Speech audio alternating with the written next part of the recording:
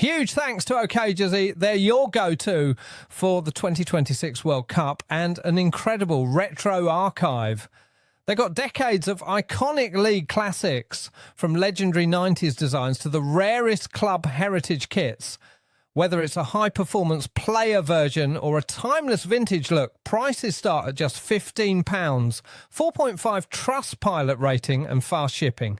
Use code Chris for 8% off and grab your piece of football history now. Welcome back to the channel and welcome back to another edition of the weekly Tottenham Transfer News Show, where we'll be covering all of the latest Spurs news, rumours and reports. Today is Monday the 15th of June. The transfer window is now officially open. It opened today. The window will be open for 93 days. Hopefully it's going to be a very, very busy one for Tottenham Hotspur Football Club. The window closes on the 1st of September at 11 p.m. Spurs so far have signed Andy Robertson on a free transfer, Marcos Senesi on a free transfer, and new contracts this week have also been signed by Ben Davies. He will be staying for another year, and Pedro Porro has just signed a new 5-year deal.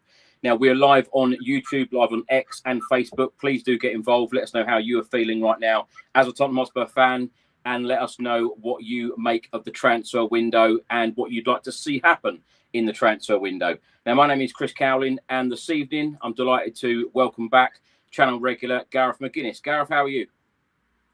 All good, Chris. All good. Enjoying the World Cup kicking off and stuff. So it's always a nice distraction when there's a summer of football and you're not too bogged down on X and looking to see transfer stories. And I always think it's nice they leave that the sort of later part of the summer. So at the minute, just enjoying the World Cup kicking off, and there's been some good games already. So I'm glad you mentioned that because, like I just said there, transfer window is now officially open for 93 days. So it's going to go on for some time.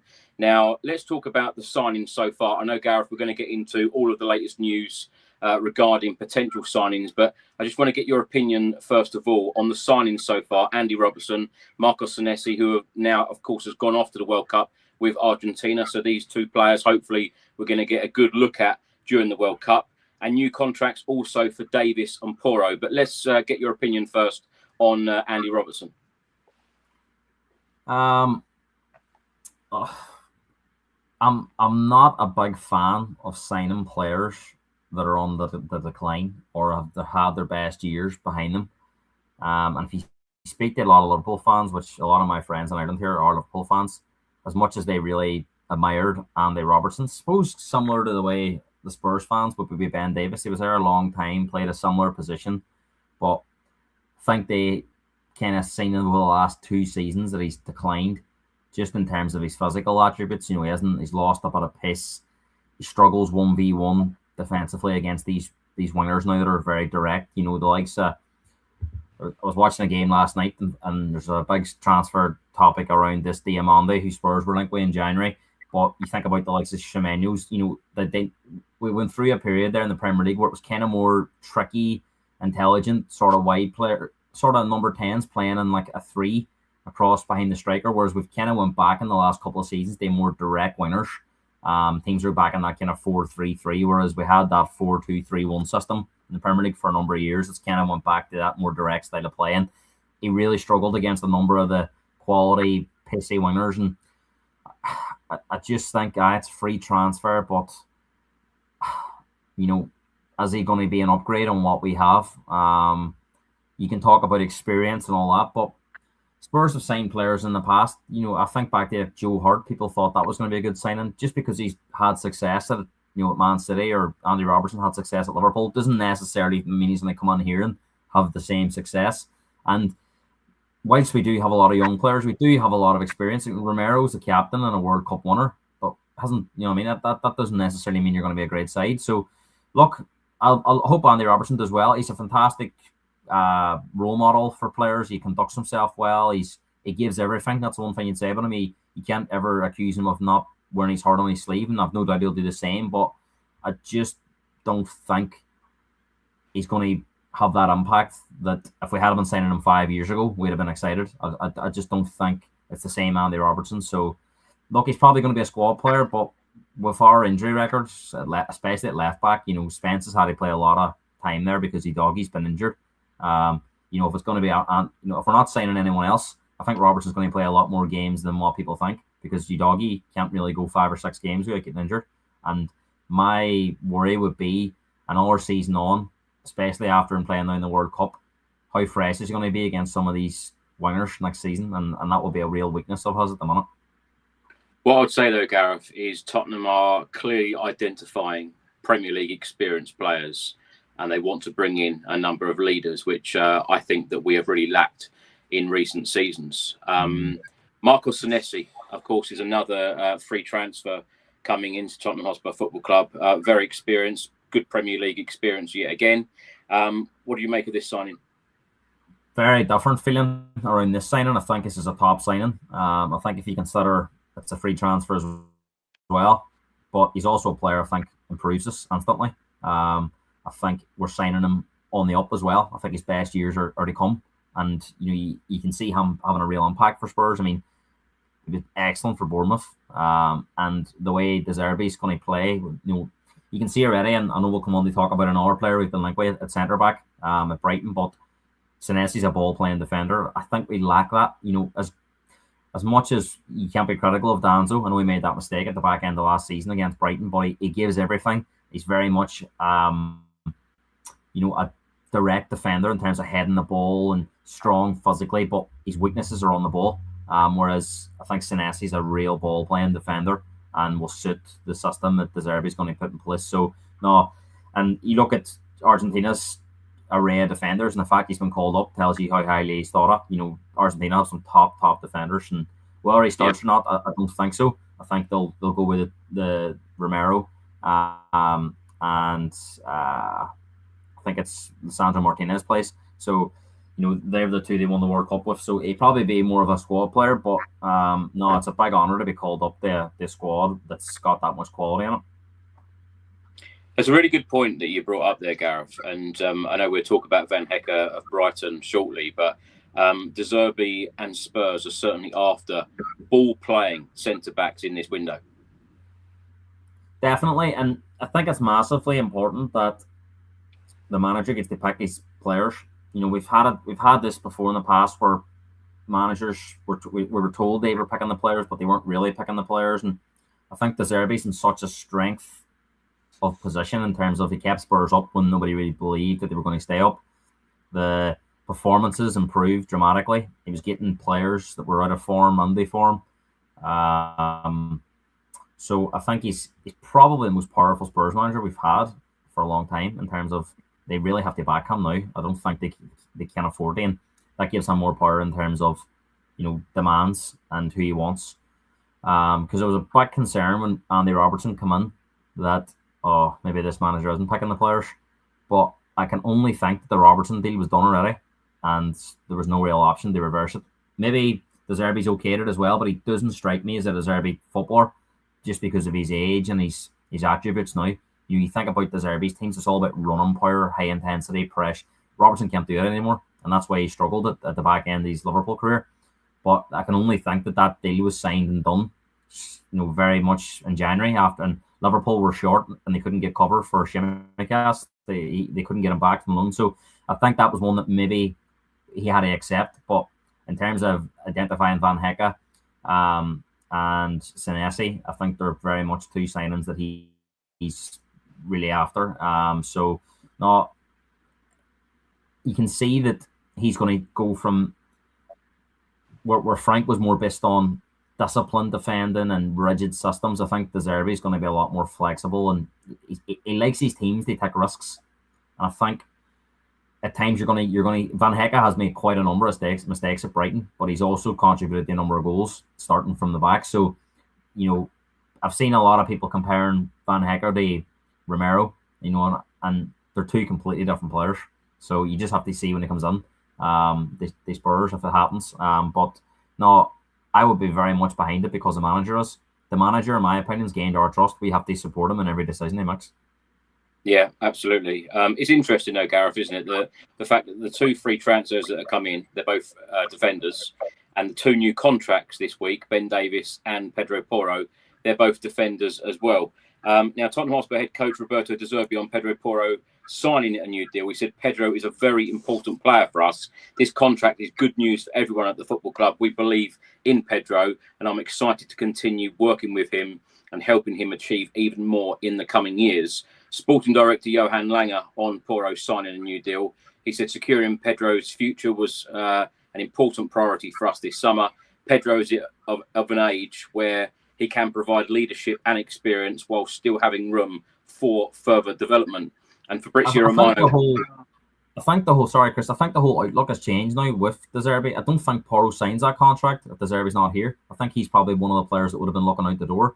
And, we've heard things about Van de Ven, and now maybe he's more settled. So, I think De Zerbi has got I think the change room's really behind him, and we haven't had that. I think under Ange, there was a lot of players behind him. Not sure if everyone was towards the end, but I think at the minute, nearly every player in that dressing room is behind the manager. So I think, the fact that Porro, and I know he divides opinion, but he's reliable. He's always fit. He's got a lot of quality on the ball, which will suit De Zerbi. I think that's a really positive sign that, Spurs are going in the right direction again, that a player like Porro's come out in his future. Yeah, I'll come back to you on a few of those points there, Gareth. Fabrizio Romano on this Pedro Porro deal has stated he signed a new deal with Tottenham. New contract valid until June 2031, plus an option until June 2032. Salary rise, done deal. And of course, Tottenham Hotspur Football Club have announced this officially, as well as Ben Davies signing a new one-year deal. Gareth, in that sentence there from Fabrizio Romano, salary rise. Now, we're led to believe that things are going to be different in this transfer window and the wage structure will change at the football club. Expectations, I'll come back to you on Pedro Porro and Ben Davies, but your expectations for this window. I said on a video or an episode a couple of weeks ago, and with Craig last week on the Transfer News Show, that I think that we need between 10 and 12 signings in this transfer window. Some people have laughed and said that there's no way we're going to get 10 to 12 signings in a transfer window. But what I am saying, that this transfer window needs to be different. If we want to move forward as a football club, especially with the comments that De Zerbi said in the last press conference, straight after the Everton game on the final day of the season, only 10, 12 players are good enough to be in this Tottenham Hotspur squad. And he wants 2 players per position as well. This needs to be a window that's very different, that we're not used to. I can see the senses behind that, Chris. The only concern, I suppose, if you look at our injury record, we do need a lot of players, but the fact we're only playing 1 game a week, if we are signing a player, they're going to say, well, you've only got 38 to 40 games guaranteed here, because you can't guarantee a cup run in either competition. You could draw Man City and Liverpool in the first 2 games away, and it's difficult. You just don't know. But you can't have a bloated squad for 1 game a week. So that'll be the balancing act that De Zerbi and the transfer team have to work out. Is yes, we need quality, and we need quality in numbers because we're short in a lot of areas, but we're going to have to really trim the fat as well. There's just far too many players that aren't going to be of use moving forward. So I would be concerned if we brought on 12 players, because I'd be thinking, how are we going to get this going quickly? We need to start the season fast to get the fans back on the positive.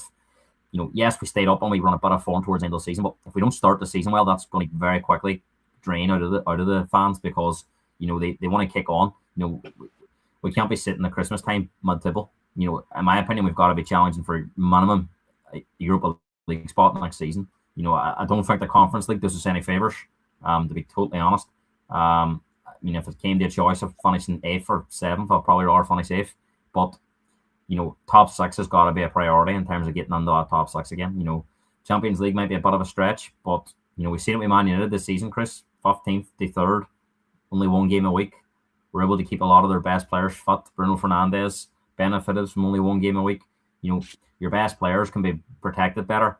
I kind of do think it is a bit of a false narrative, because, we've seen it with Ange. We finished 5th in the season we were out European football, and Man United finished 3rd this year. I'd be shocked if Man United finished 3rd again next year. I do think, and we've seen it with Newcastle a couple of times where they finished top 4.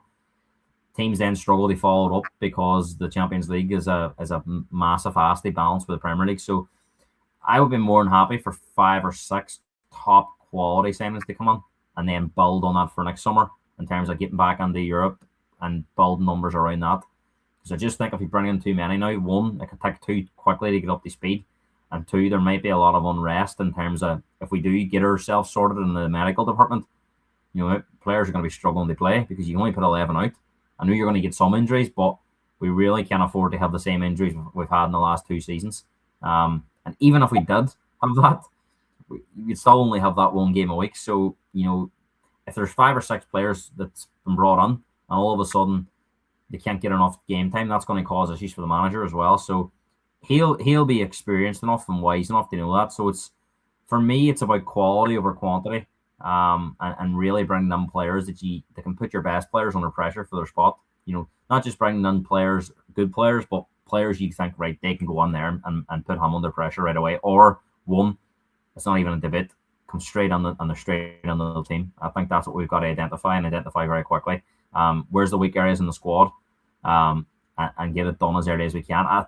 It's easy saying that, but I do think we're going to have to be patient in this transfer window with the World Cup. It's a very long World Cup. There's a lot of more teams involved in it. First time ever with 48 teams. And we've already seen a number of interviews with players saying, I don't want to talk about anything until the World Cup's over because they don't want any distractions. So yes, agents will be having private conversations on their behalf, but I do expect it to be relatively quiet over the next sort of month or so. And it might kick off then towards the back end of the World Cup and in the pre-season, especially with some of the better players.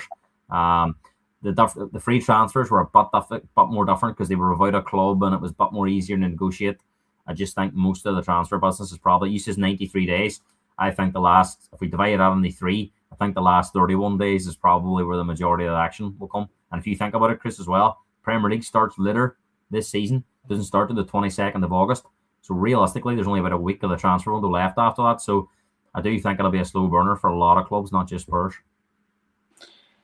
Gareth, with that said, I know what you're saying about the players saying, I don't want to talk about my future. Well, Pedro Porro said that about 24 hours before he actually signed this new deal with Tottenham.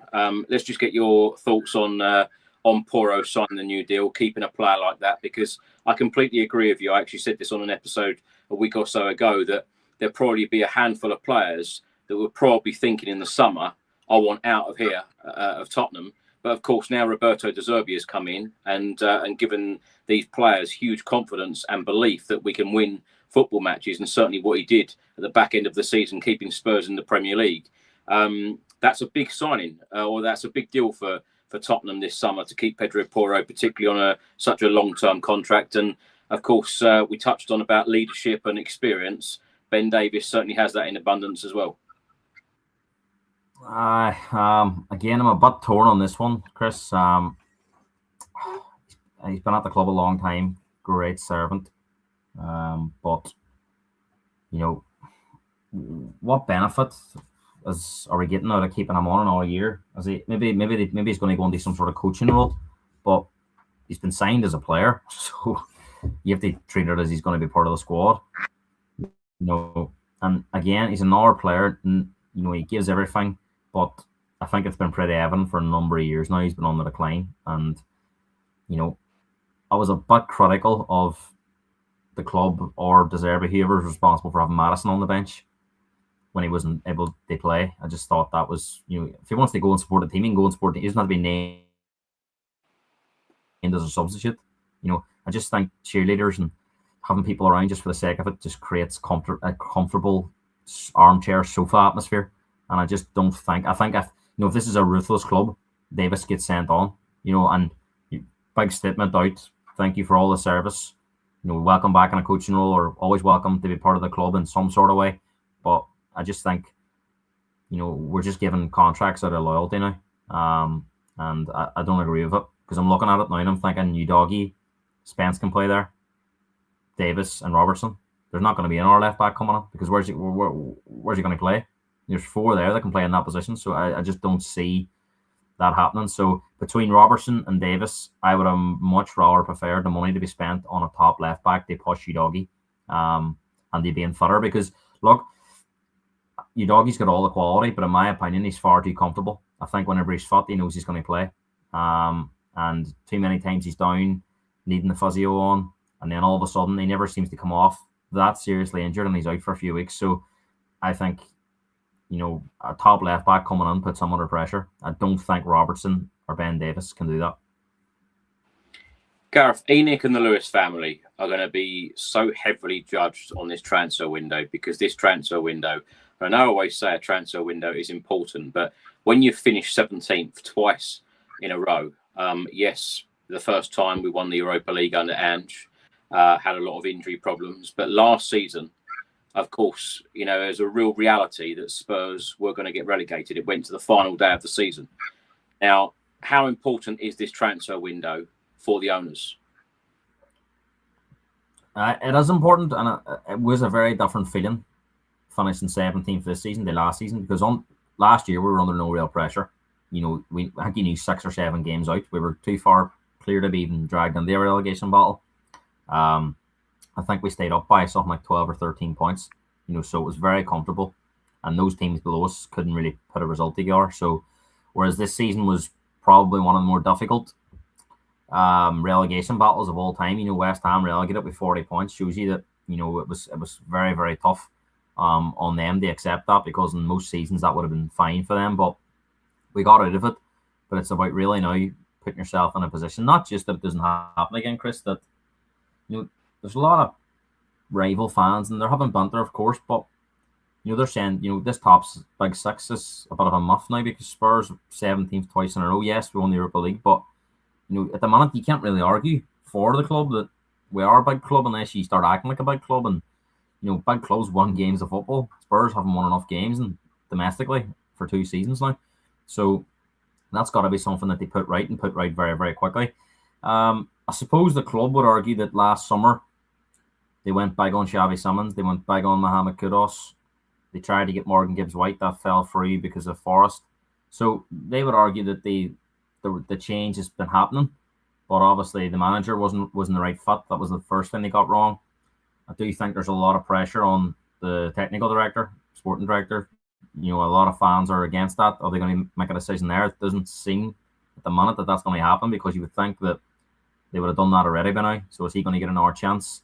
If that goes south and the recruitment's poor again, then the club's going to come under more pressure, because I don't think you can blame Johan Lang anymore, because his recruitment's been poor enough, but it's he's just an employee.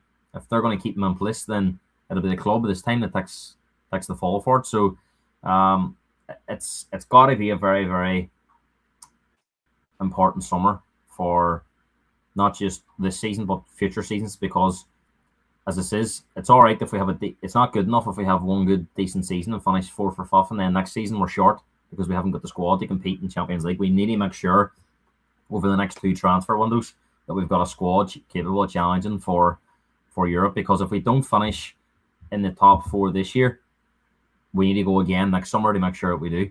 In my opinion now, we've got 2 seasons to get ourselves back into that Champions League. I know a lot of fans will say it needs to happen this season. I'm a bit more patient. As long as I see there's potential and improvements and we can get back into even the Europa League, then I would be more than happy to give them another chance now this summer to go big, because you'd have that extra European income. And it might not be as big as the Champions League, Europa League, but it's still home games. It's still more people at the stadium. It all adds up. So it is massive. We hear a lot about projects and processes, but this has got to be a I wouldn't say a short-term project, but it's got to be put together short-term so that we're ready to challenge on all fronts. It's fair to say, though, Gareth, that how the season ended, and particularly what Roberto De Zerbi got out of these players, given the fact that he had so many injury problems, as did Thomas Frank, as did Igor Tudor, but he come out and said a number of times, we can't cry about this, we just need to get on with it. There is a real excitement amongst the Spurs fan base, isn't there, about Roberto De Zerbi and the style of play that he likes to implement. We've seen it in the Premier League at Brighton, guiding Brighton to a Europa League place, their first ever European finish in their history. And he's played entertaining football wherever he's gone. Yeah, and look, I'm a big fan of his teams and how they play. I was massively impressed with what he did at Brighton. But I think some of the things he says showed him in a very positive light, but he's not always a very positive person. So I think when you're talking about, they were all uncontrollable. The injuries, the players that they had, there was no transfer window. And as he says, there's no point crying about it. But I think if he doesn't get what he wants in the summer, the demeanour and the personality will change. I think he will be moaning then and making excuses and saying, well, I wanted this and I didn't get this. He's very similar to Antonio Conte type of character. Play very different style of football. But I think, as he was saying, there's no point. There was nothing you could do about it. I think if the club don't back him, he will sink the club in the summer. So I think the club have to be very careful. This manager will just throw his toys out of the pram if he doesn't get what he wants.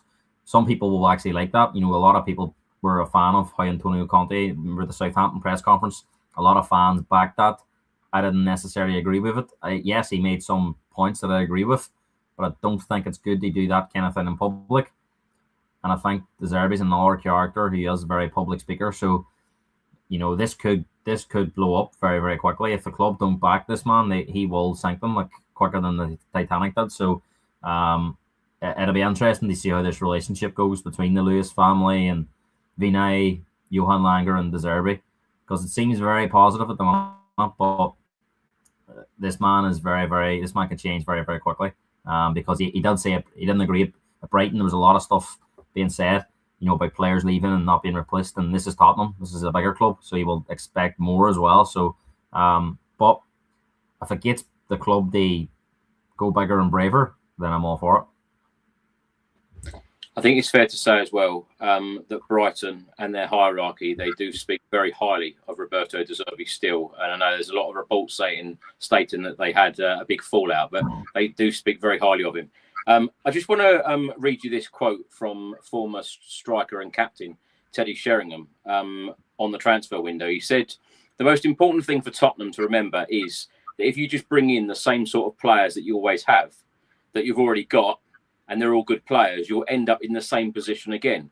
And that's not good enough for Tottenham at the moment. They need to go and bring in some leaders into the camp and change the whole picture at Tottenham." What do you make of that comment, Gareth? Because I agree with it. And also, you mentioned the word there, ruthless. You also said about Ben Davies, you'd have moved Ben Davies on. You've also spoken about Andy Robertson, new signing. How ruthless would you be? How ruthless does the football club need to be? And I completely agree with Sheringham in terms of we always seem to go down the same route and buy the same type of players and then end up in the same position. Because if Spurs want to go back to where we belong, and these are words that I used walking back to the car after the Everton game, and then a couple of days later, the club's hierarchy used exactly the same words, back to where we belong. If we want to be back to where we belong, Spurs need top quality in this window. I think that's it, Chris. I mean, it's all well good signing good characters and people that behave themselves and conduct themselves properly, but I mean, Palhinha was supposed to be that type of player, and I think he was one of the better players, but we still ended up 17th. So it's about, as Palhinha a top class, world class midfielder? He's not. He's a decent player, but see these characters that people speak about. There's Roy Keanes are gone. Like them types of characters are not really involved in football anymore. There's a handful of players you'd pick they've got that top mentality and have got that top class ability to back it up. It's usually one of they are. The flair players are kind of the more softer ones and the more spoilt and the brats, but they've got that real quality. Whereas you've got the hard workers, but maybe don't have the same quality. So it's difficult. 20 years ago it was different. Every player seemed to have a really good character and have a really good attitude. But football's changed a lot, and people call them prima donnas, and and how much do they actually care? And we've seen a lot of players moving to Saudi Arabia for money. You can't tell me they're going there because the standard's great. So I do think that you can say all those things, but finding those players is very, very difficult. There's a there's a premium for those. Conor Gallagher, another player who was a great attitude apparently, but first 3 months at Spurs he couldn't pass a ball straight, so it's difficult. I had this exact conversation with a friend earlier. I tell you, Gareth, you must be turning old and grumpy. I've got a bug on you, Chris. Right, let's go through some comments here. Where are we? So let's start by talking about Fabrizio Romano has stated that Tottenham are going to be busy in this transfer window. And what I can tell you in addition to this is that Tottenham are also looking on signing a midfielder. Now, where do Spurs need to strengthen this squad, Gareth? I know that might be a silly question because you could say goalkeeper, you could say defence, you could say midfield, you could say attack. In my opinion, I think we need to strengthen throughout the whole of the team. I know the other positions we'll get into, but in midfield, how important is midfield? And you touched on João Palhinha there. Would you like to see a deal get done for João Palhinha? Because the very latest is that Spurs are continuing to talk to Bayern Munich to get this fee lowered. Yeah, and again, this is going to be a bigger waste of everyone's time because he's going to sign again. Spurs are using the players. He wants to come back. He wants to sign permanently. So Spurs are using that as a way to drive the price down. Bayern Munich don't have any future for him. They don't want him back, and they're using that as a we're going to spend weeks here to get say 5 million euros. For me, obviously, for everybody in this chat, 5 million euros is a lot of money, but for these football clubs, it's not. And I just think for the sake of dragging these out and taking our attention away from our things, we should just get this done. I like Palhinha.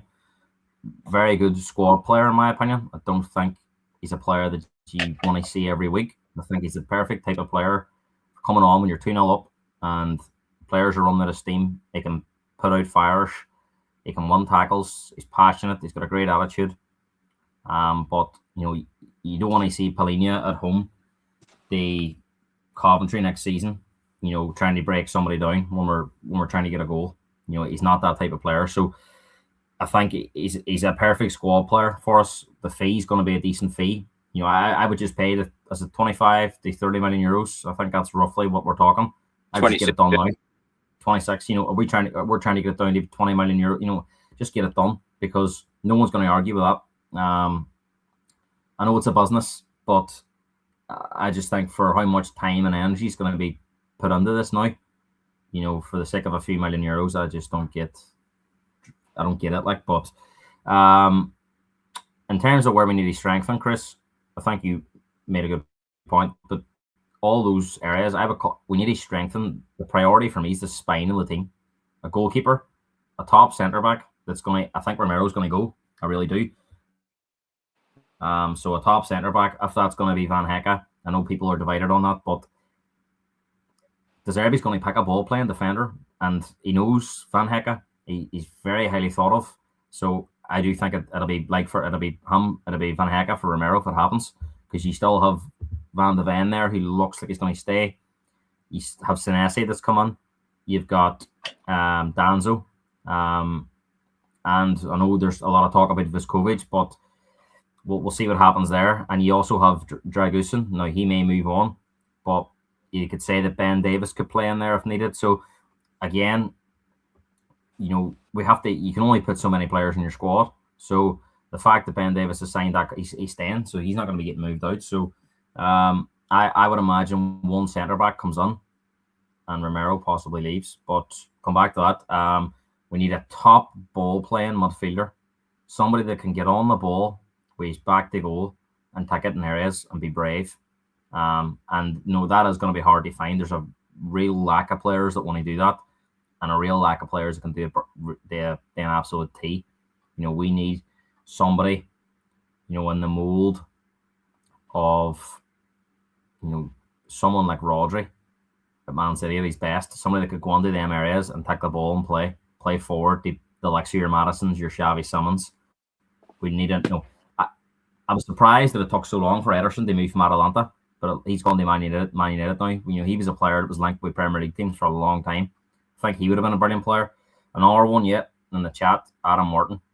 That's the type of player you need to come on there. It's going to get on the ball, back the goal, and play. And what I really like about Adam Morton, and I'm very surprised he was left out of the England squad, is 95% of his passes are forward. He rarely goes back the goal or back. He always has. When I'm a coach, Chris, and I coach young kids, body position is important. And that's one of the things I double down on. Adam Morton's, the way he gets on the shape, they play passes, and he's always 2 or 3 passes ahead.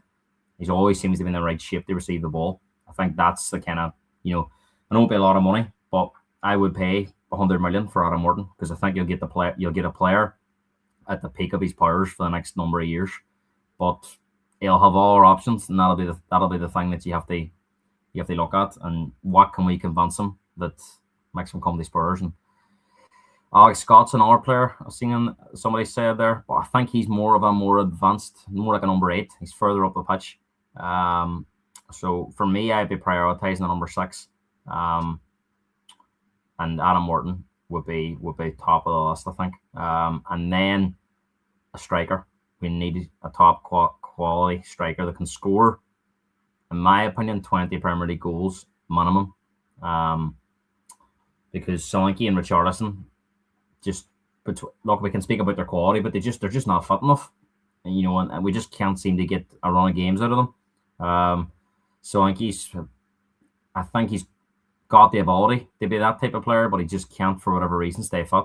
And Richarlison, for me, as much as he divides opinion, and I think he has scored some big goals, and I always think he's got a big target on his back in terms of keeping people happy, but I do think it's time to move him on. I know I've protected him at times on here because I know a lot of our fans have hammered down on him.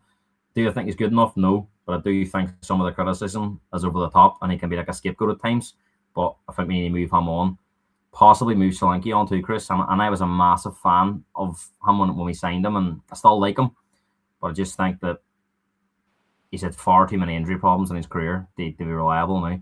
He had a decent run at Bournemouth where he stayed fit, but you look at Chelsea, Liverpool, now Spurs, he's had nothing but injury problems, and he's getting older as well. And you just can't see a situation where he's going to be able to stay fit long enough for us. So I think those are the 3 areas: a top goalkeeper, a top defender, a top number 6, and a top striker. We get 4 top-class players in them positions. You'll find that the players even around them on the wings, fullback, will improve because you've got 4 quality through the spine.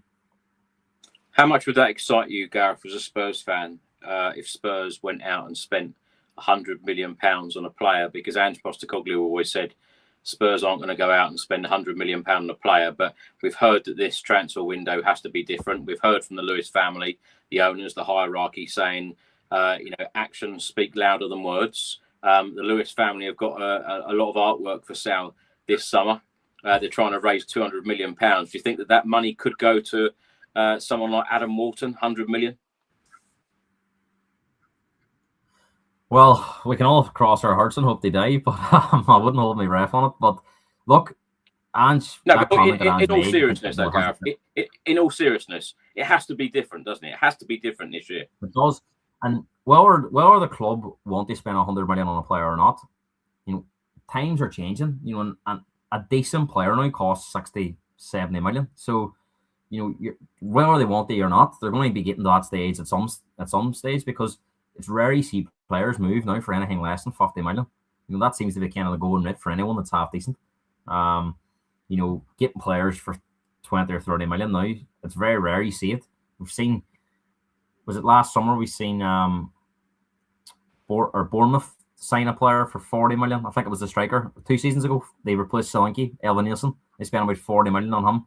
Brighton have spent big money on players. So times are changing, and I think to get Adam Morton for that kind of money, you're talking a minimum 85, 90 million, maybe 100 million to get him. And for us to get him, I think we have to blow teams out of the water. I think we have to go in there and get it done quickly. We can't be in an auction, because if Adam Morton's got Man City or Spurs, he's picking Man City, isn't he? So we've got to go in quickly and get the deal done. And I think it would make a real statement. And I do think as well, if the club did that, the fans would be more patient. They'd be like, well, they're making the effort here, and they are trying to change. But I think if you go down that same route of scamping and looking for bargains, and I think it's just going to turn very sour very quickly. And we know the situation that we're in is pretty desperate. We've got to start. I think it's one of the most important starts to the season for a long, long time. I think, we can't afford to be sitting, even after 6 or 7 games, we can't be sitting with 3 or 4 defeats. I think we've got to go out first 5 or 6 games, get at least 4 wins out of them first 6 games. And look, I know the fixtures are out on Friday. And depending on who we get, that may be difficult, but I do think we've got to start strong to get the fans on side, get atmosphere back in the stadium. 3 home wins all season. That's just not good enough. We've got to make sure that we start the season strong, and the best chance we have of doing that is with fresh blood, positivity from the sideline, and positivity from the fans, and new signings, quality signings do that. But it's going to be very difficult. Gareth, one transfer story that has gone very quiet at the moment, and that is Savinho from Manchester City to Tottenham. Of course, Spurs tried to sign him under Thomas Frank last summer. It didn't happen. Would you like to see this happen? Is he worth £60 million? I think it will be a big mistake to sign this player. And it's not to say that if the player hasn't got quality. I just do not think he suits the Premier League. I look at him. He's very light physically. He doesn't get much game time at Man City.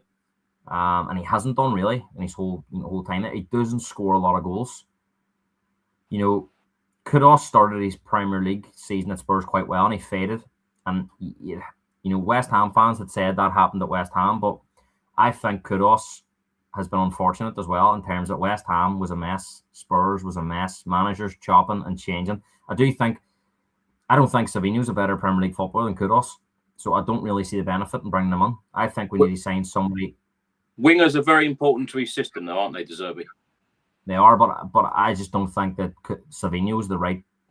And you look at that Florian Wirtz. I guarantee Florian Wirtz is outstanding at this World Cup, but he can't do it for Liverpool because he just does not suit the Premier League. And Savinho is one of them players, in my opinion. I just do not think. I think it'd be a big mistake to spend 60 or 70 million on this player. I've no doubt if Savinho goes to Spain, he'll probably do really, really well. But he just looks to me like he's struggling in an English game. And look, we've seen loads of talented footballers have that same problem in the Premier League. It's not as easy as it looks to play in that. And I think now especially the last 2 or 3 seasons, the way Arsenal have went, even Man City under Pep, it's become a lot more physical. Newcastle or another team gone down that physical route of big, strong men as opposed to sort of technical geniuses. So I would be totally against Savinho. And I'll repeat it, it's not that I don't think he's a good player. I just don't think he would suit he hasn't suited the Premier League, and I just don't think it would be any different at Spurs. I think if anything, it would be tougher because he's in a team with less quality. So I would rather go out and sign a winger who I think will cope with the demands of the Premier League. And as it says, he kind of plays off that same position as Kudus, and I don't think he's a better Premier League winger than Kudus. I think Kudus will be a different player under a settled system with a settled manager. I think at West Ham he had 3 different managers. He had, Thomas Frank at Spurs just didn't work out. I know he didn't get the experience. They are 2 managers, but he seems to have been unlucky that way, that he's been in kind of sinking ships. So I think under a different manager, he could be really, really good. And I think we need to prioritise the left side as well. I think we've got options there. We could also, yes, we could bring somebody else on to compete, but I think that left side of Odegaard, Tell, there's no real nailed down starter on that side. I think we would need to go out and sign somebody with a right footer who can play off that side. No, we haven't replaced Son. We need someone of that quality to play on that side because I think Kudus has got that quality on the other side. Yeah, it's interesting because if you replace that quality, you're going to have to spend a lot of money. Another player that Spurs are being linked with as well is West Ham star and now Dutch star Somerville. Would you take him? Scored a great goal last night. But no, I think he's a very patchy player. I think he's got quality. He's got ability, and we've seen it at West Ham. We've seen it at Leeds. Seen it last night for Holland, but he's not consistent enough. So again, I just don't think, and he would cost 50 or 60 million as well. I would rather go out and sign somebody that I think, and look, I'm going to sound stupid now, but someone of the same quality of a Kafar Kvaratskhelia from PSG. We're not going to get him, but it's got to be someone that's going to be as consistent and as good as that. That's what we're talking about here. If we're going to get back to the top table, Somerville isn't going to do that, in my opinion. And if he does come on and he does it, I'll happily hold my hands up. But I just think he'd be another Odegaard, another Matisse Tell. And we're sitting here next year thinking, do we have Chris Gareth? Do we have to move him on? And I just think it'll be another story like that. I think we need to go out and sign someone that we know nailed down. He's our left winger when he's fit. Was that an Irish man doing an English man's accent?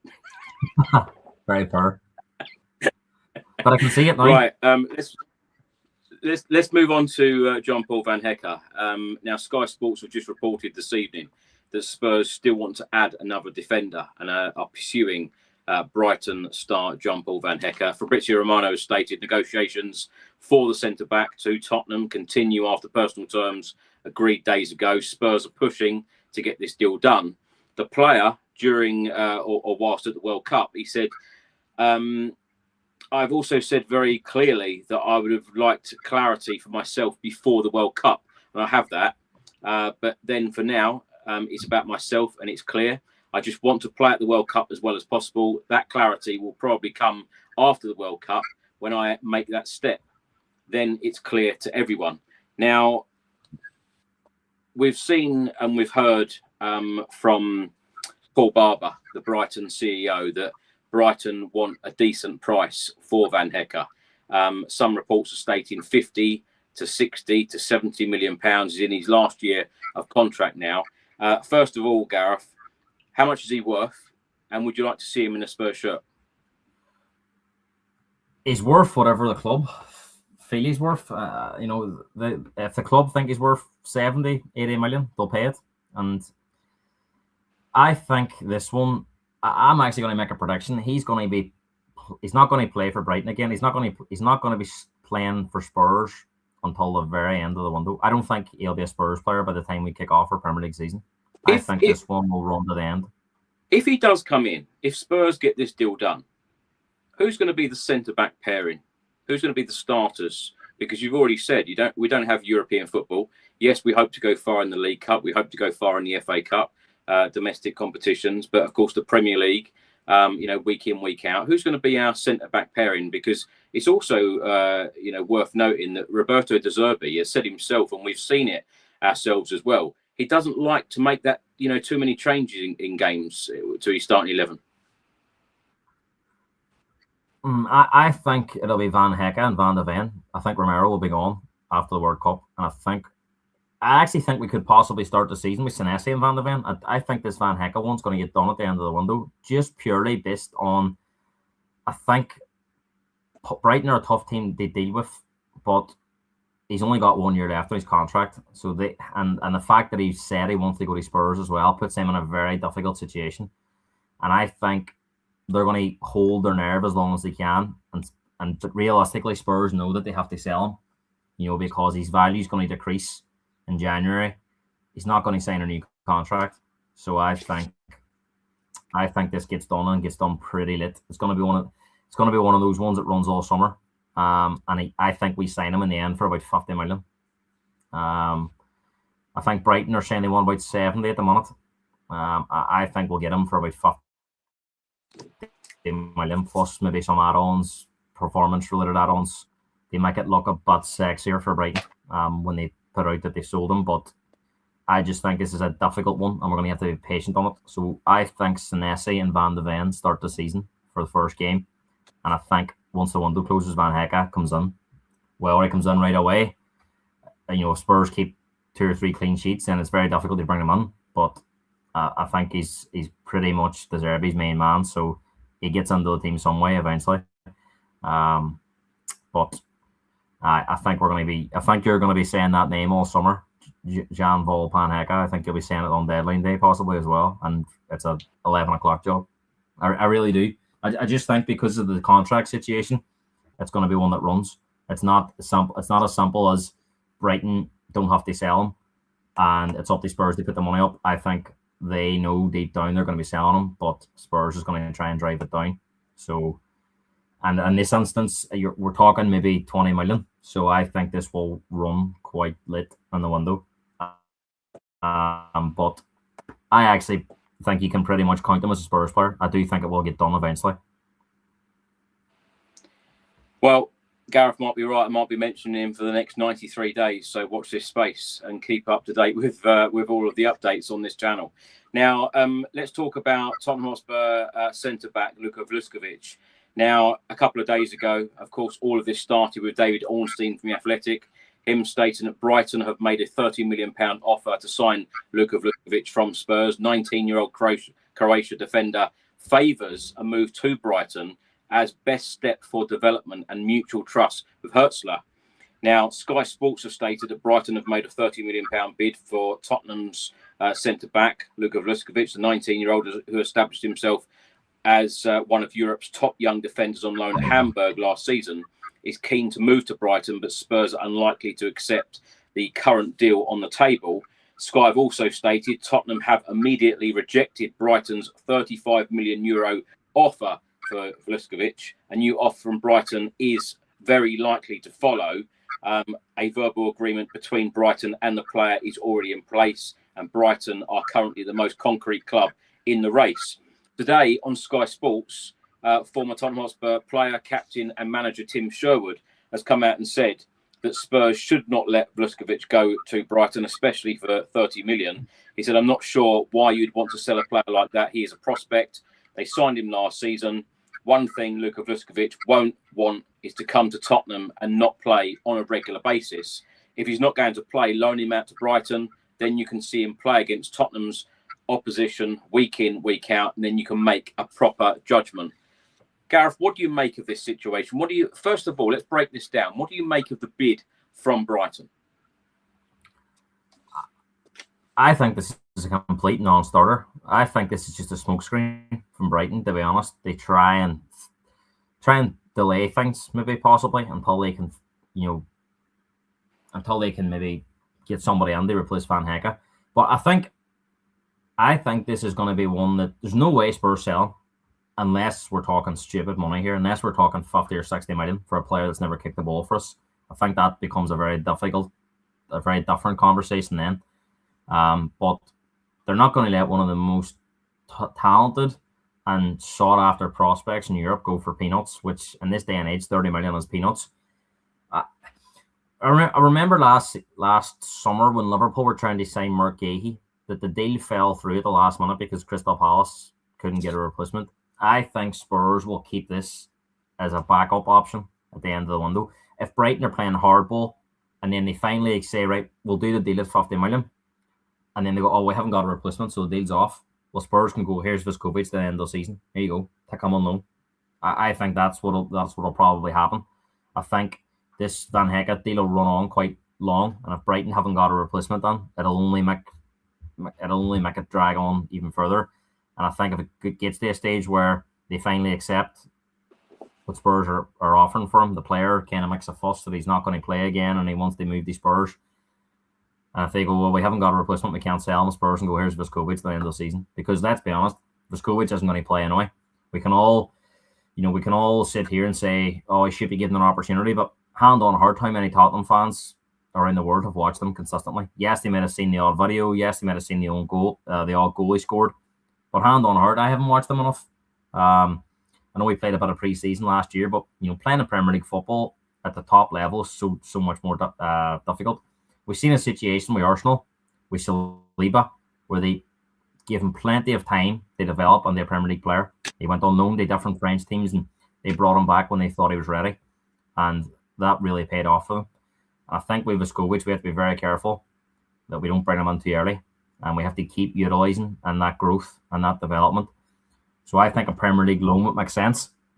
So I think this will be kept as a backup option, that if Brighton's trying to muck us about at the end of the window, Spurs can give them Vescovic, who they've already shown an interest on, and that may be the sweetener to get the deal done. But I just cannot see any situation where Spurs sell him unless it is for silly money.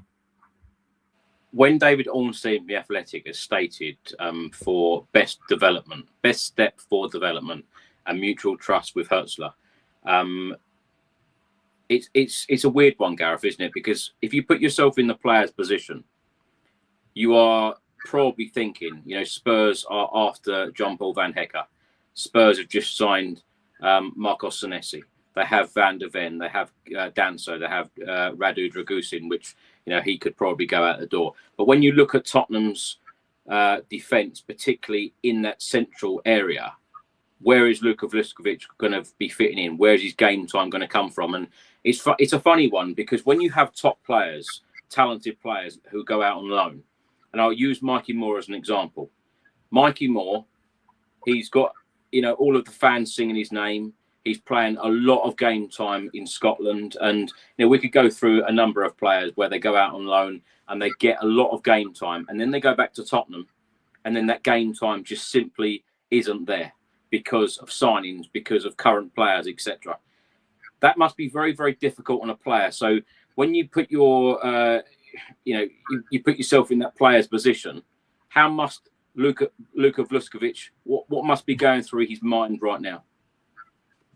Well, he'll be looking at it as well, Chris, and, he's left-footed, and he'll be looking at Spurs' left-footed centre-back option and think, right, there's a lot of talk about me, and he probably believes he's a top player, but, you're up against Van der Ven. It's not going to be easy. It wouldn't be easy for any left-footed centre-back, never mind a young centre-back like Vescovic. So it's difficult.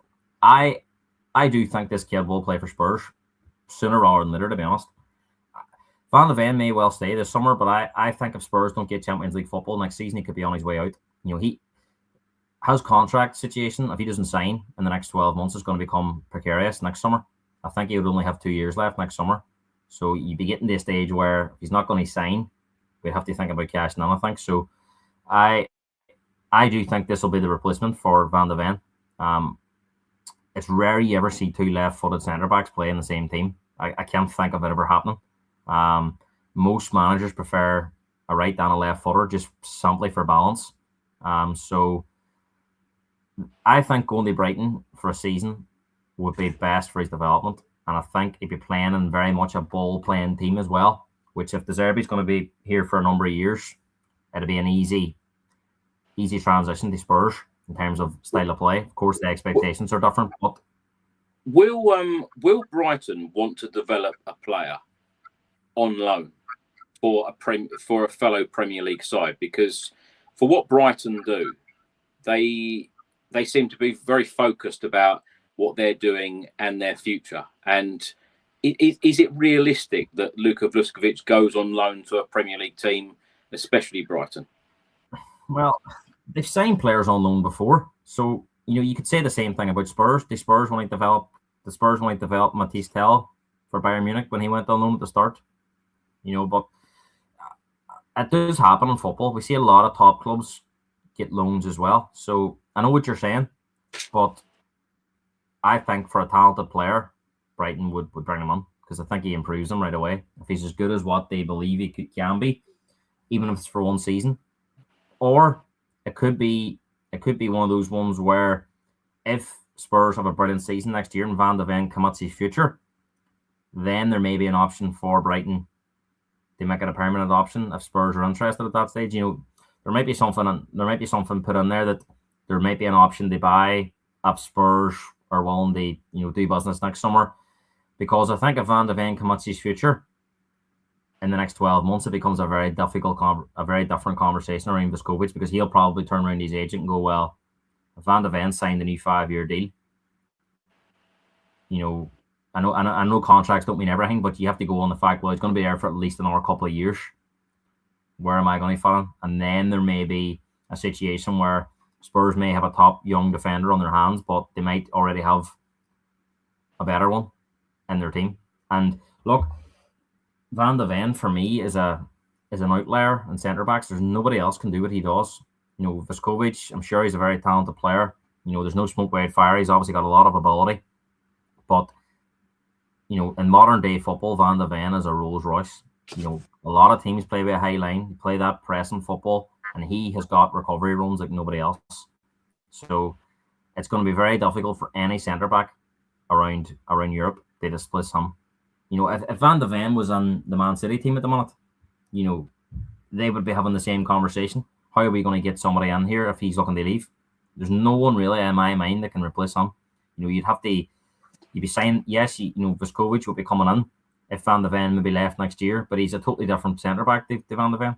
You know, so I think this is one where Spurs will have a conversation. He'll go out and loan, whether it's Brighton or somebody else. My preference would be a Premier League loan.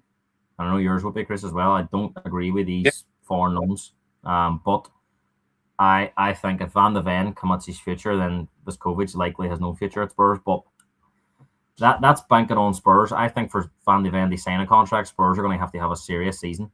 And I'm not sure it'll be serious enough for him to sign. So I think there's every opportunity that Van de Ven moves on next summer and Vuskovic gets his starting spot. Gareth, this week, Sky have stated that Spurs would value Luka Vuskovic at £60 million. How disappointed would you be if Spurs received an offer from a top European side? Because there's a lot of teams out there, clearly seeing the player's potential. How disappointed would you be if they said, yeah, okay, we'll take the money? But that's not going to happen. Liverpool or Real Madrid or Man United aren't going to come on for him for the same reason that the first thing he'll say is, right, where am I going to play for you? You know, if he's looking to go to Brighton for development, it's because he's been guaranteed game time. He's not going to get game time at any of these other clubs, these top clubs. So, you know, for someone to come on and say 60 million, and I do think that would be very difficult for Spurs to turn down because he is a player that's never played in the Premier League before. He's never, it'd be a lot of money to say naughty because you're basing this on potential. Not every player has their potential. But I just don't see that being a conversation because I think he would say, well, I'm not going to play there either. So it's a senseless move in terms of football development. So I think if he's moving from Spurs, it'll be a loan and it'll be a team where he's going to get playing. Gareth, let's move on to talk about another centre-back, Radu Dragusin. The latest report from Gazzetta in Italy, they are stating that Fiorentina, of course, Fabio Pracci, have revived their interest in Spurs centre-back Radu Dragusin. He was a target during the January transfer window. Spurs value the Romanian international at €20 million, which is currently a primary obstacle for a deal being struck. Do you expect him to go out the door? And we're used to hearing his agent with lots of opinions, but we haven't heard from him for a little bit. Well, not much his agent, anyway, because I think his agent got more shout-outs on this podcast than me or Craig did in the last year.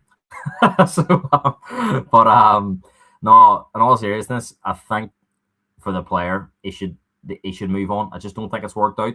I know he had that bad injury last.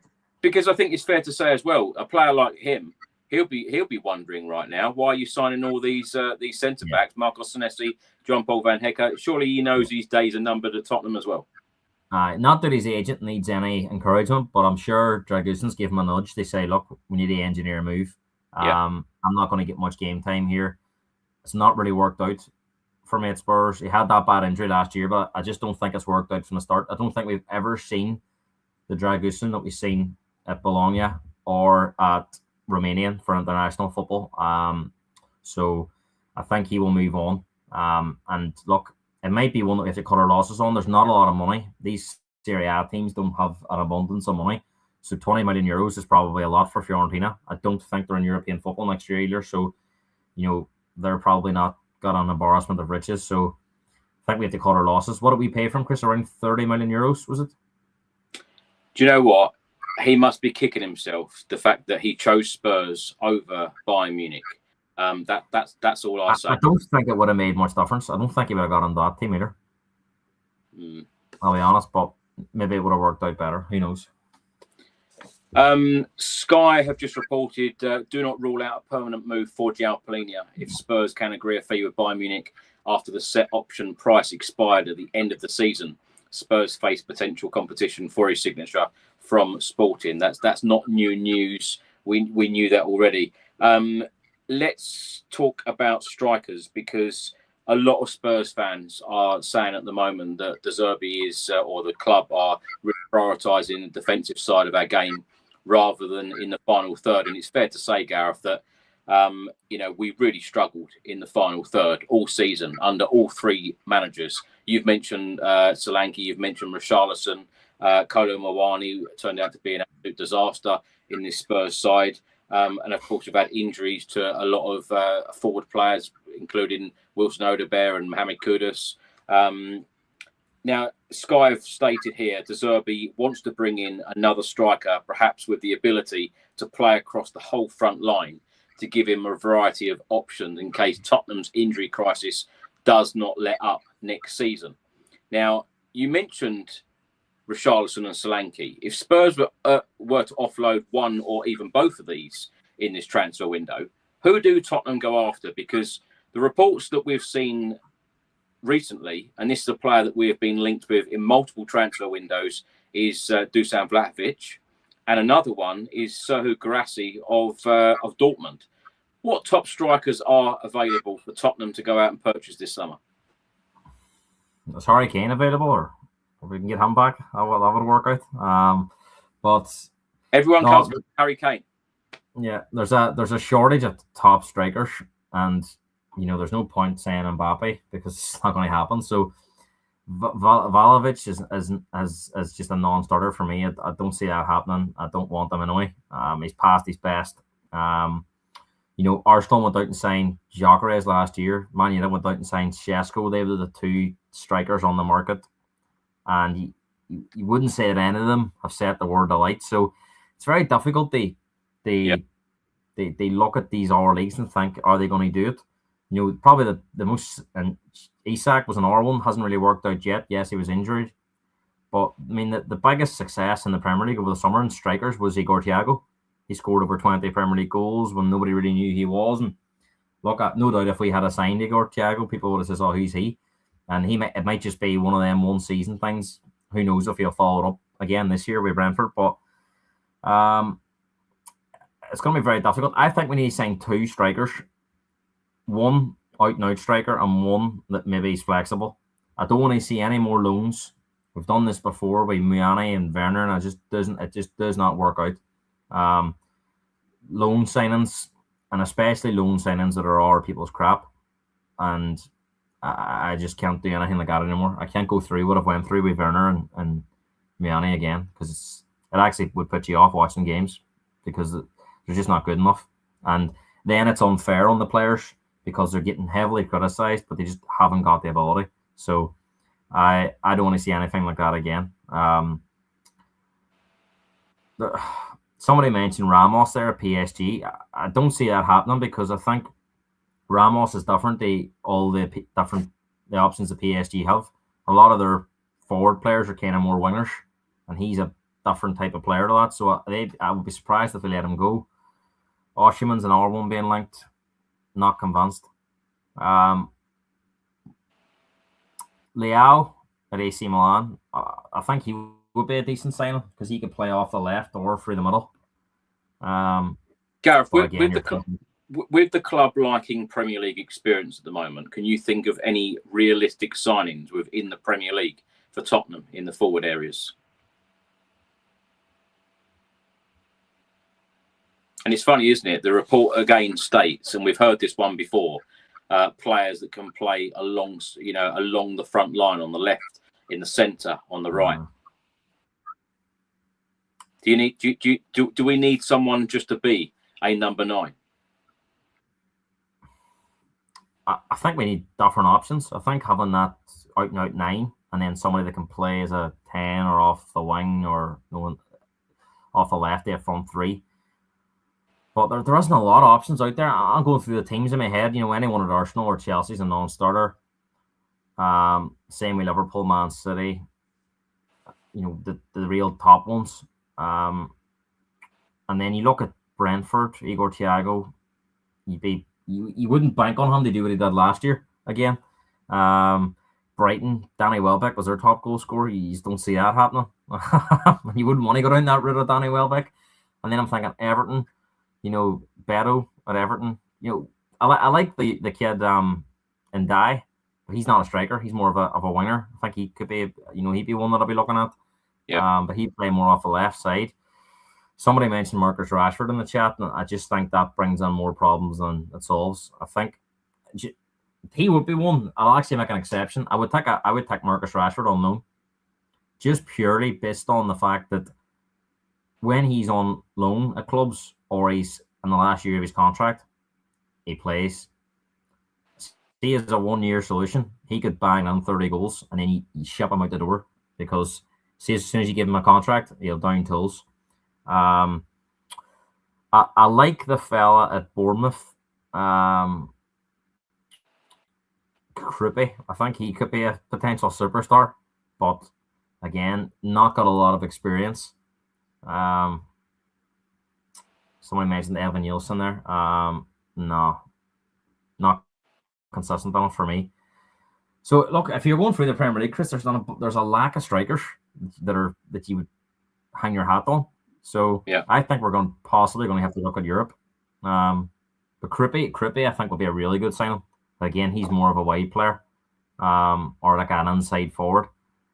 And it just shows you the minute, Chris, the way football is. There's a real lack of out and out number 9s. You think about Harry Kane, Mbappe, Haaland. You look at PSG's front three. They play with like three: Dembele, Doué, and Kvaratskhelia. They don't need a striker, and they score loads of goals. You think back to Liverpool and their Klopp, the front three that they had. Firmino played as a false 9, and they had two machines out wide, and Salah, Mane scored all them goals. So it doesn't necessarily need to be if we can get quality in them areas, we could survive without a out and out number 9, because there's no point signing an out and out number 9 if he's not good enough. And I am struggling at the minute. They name one. Yeah, I think could be, replace Harry Kane in that mold. And look, it's impossible to replace Harry Kane, to be honest. But someone that can get close to them numbers is going to be very difficult to find. Gareth, lastly, let's talk about the goalkeeping situation. Sky have stated that Spurs may need to sign another goalkeeper if Vicario returns to Italy, and that is expected. Juventus have him on their list as they evaluate a potential transfer, while Inter Milan were previously interested in him. Kinski kept the number 1 spot for the run-in under Roberto De Zerbi. Where do you stand on the goalkeeping situation? Do you see Kinski as Tottenham's number 1 for next season, or do you expect Spurs to go out and sign a new goalkeeper?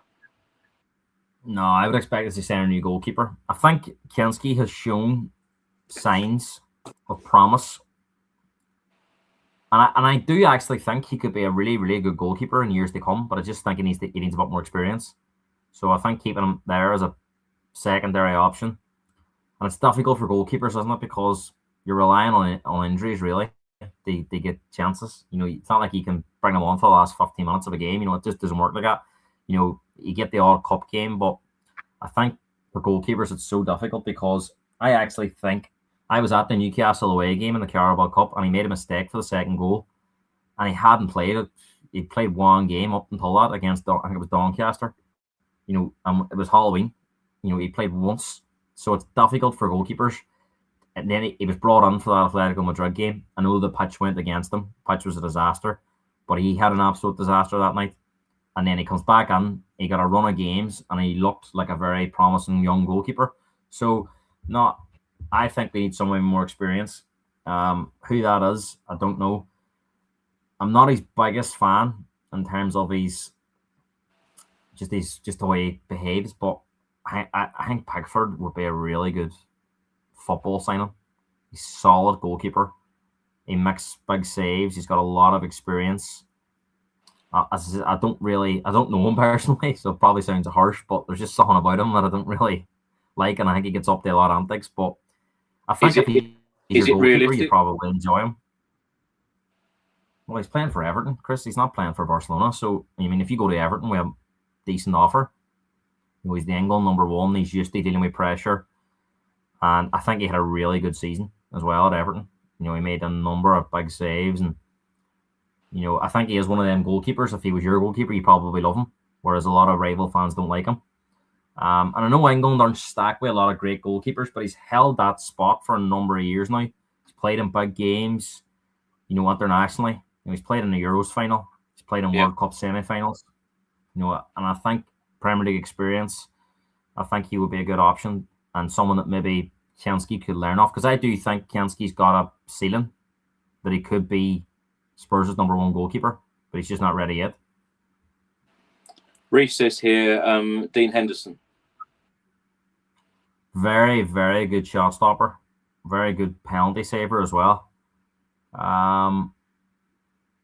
Didn't really work out from it, Man United. And maybe that's why I'm not thinking of him instantly. But he's a good goalkeeper, but is he good enough to be a number one at a club that are, inspiring to be, a Champions League team? I'm not sure. I wouldn't be against it. I think he's a good option. And it says I don't really like Pickford personally, just on what I see on the TV, but I do think he could be a real difference maker as well. Gareth, final Kelleher, actually, sorry, that's another one. Kelleher's a very good goalkeeper. Obviously, I like him. I'm being Irish. I've seen a lot of the games, and I have to say, Chris, we're not even at the World Cup, are we? We can't even get into a 48-team World Cup, for God's sake. But he was our best player in the qualifying campaign. I think he saved 2 penalties from Ronaldo as well over the last couple of years, and he is a very, very good goalkeeper. I was surprised that Liverpool let him go last year, especially for the money. The 20 million was peanuts, and I think they're regretting it now because Alisson's getting older, and that keeper they brought in, the Mohamed Arshvili, is nowhere near as good as Kelleher. So Kelleher would be another one I'd be keen to get on. I always said, Gareth, if Spurs ever needed to sign a new goalkeeper, it would be him. And he obviously wanted to go because he wanted, game time. He wanted to play every single game, and he's done extremely well at Brentford as well. Final question for you. You mentioned the word ruthless earlier. I just want to know how ruthless you would be. I want you to list all of the players that you would like to see leave the football club this summer, or players that you feel need to leave the football club this summer and be replaced. Right, we'll start from the back end. So we'll go Vicario. Do you want to give a quick reason why? Dragusin. Vicario, too many mistakes, not reliable enough, and never accepts responsibility. It's always somebody else's fault. Just don't like his mentality at all. And for me, he's far too weak as a goalkeeper as well. And he's had enough chances now. So definitely, I would move Vicario on. He's got ability as a goalkeeper, but I think we've just seen too many bad incidents over the years now. Over the 3 seasons he's been here, so now I would move him on. And I think he wants to go as well anyway, so let him go. Dragusin, for like I said, it all just hasn't worked out. He needs a move. He's not going to get enough game time.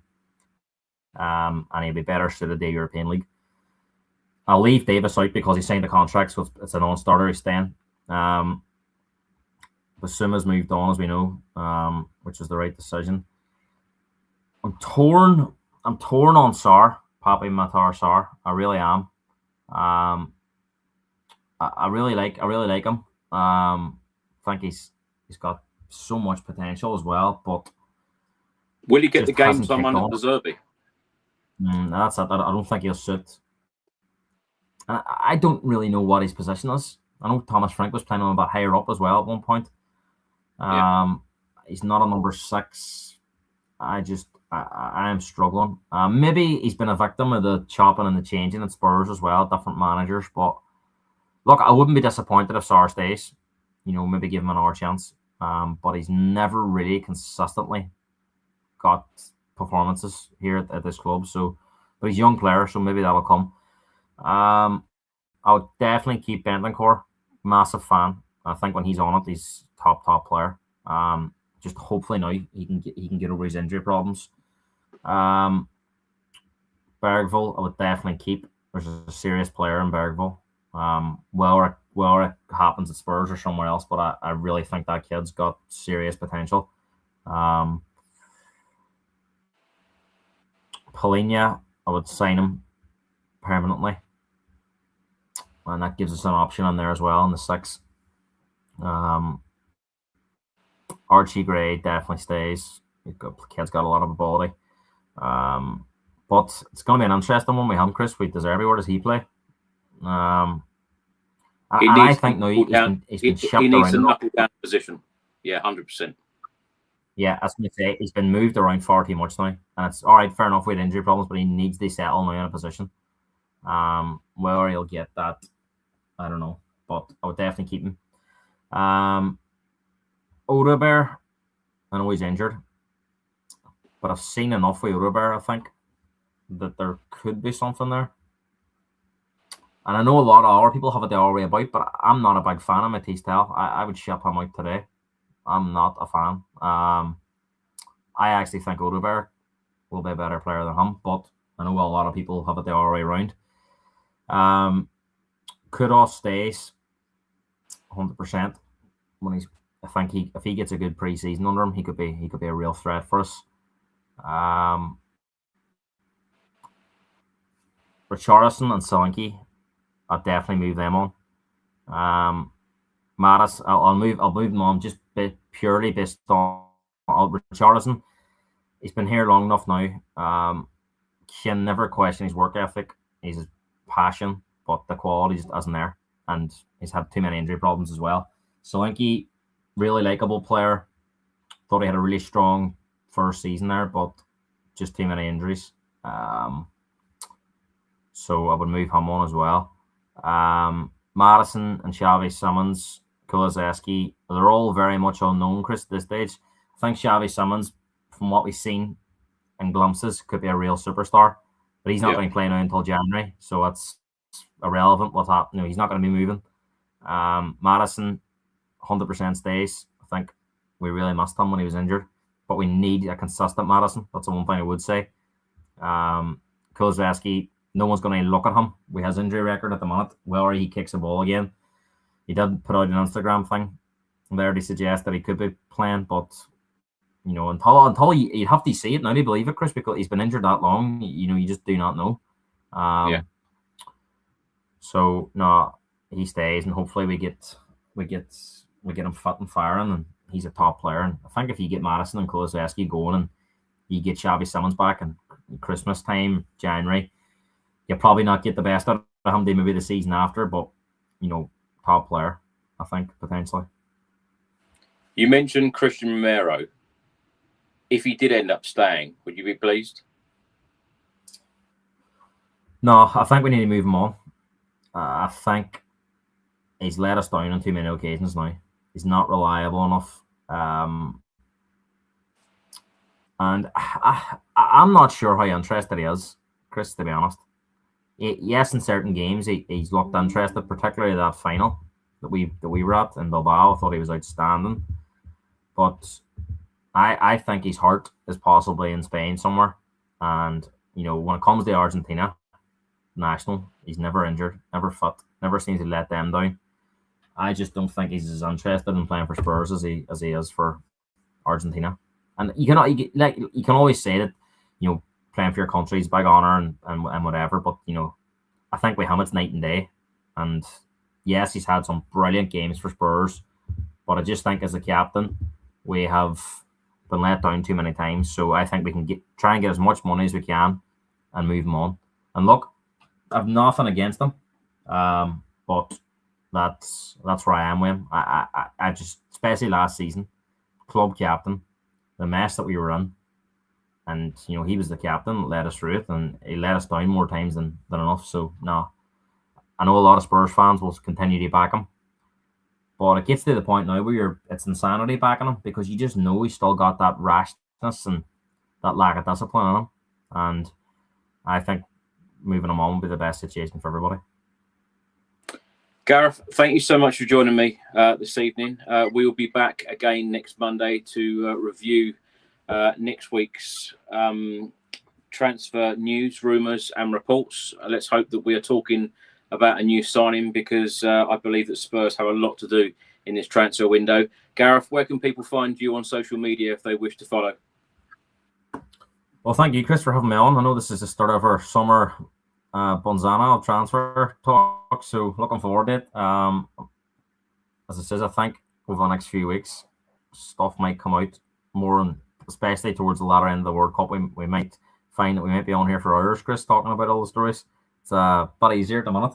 But if you want to check me out, my handle there at Gareth Hotspurs on X, and you can usually find me on here pretty regularly enough. I'm sure most of you probably recognise me from the last few seasons. So always a pleasure to be asked on, and it's always good to be involved, Chris. So thanks. Gareth, thank you so much, and thanks for watching, everyone. Thanks for listening, and remember that we're always live on YouTube, on X, and on Facebook, and all episodes are also available on all major audio platforms. We were actually number one not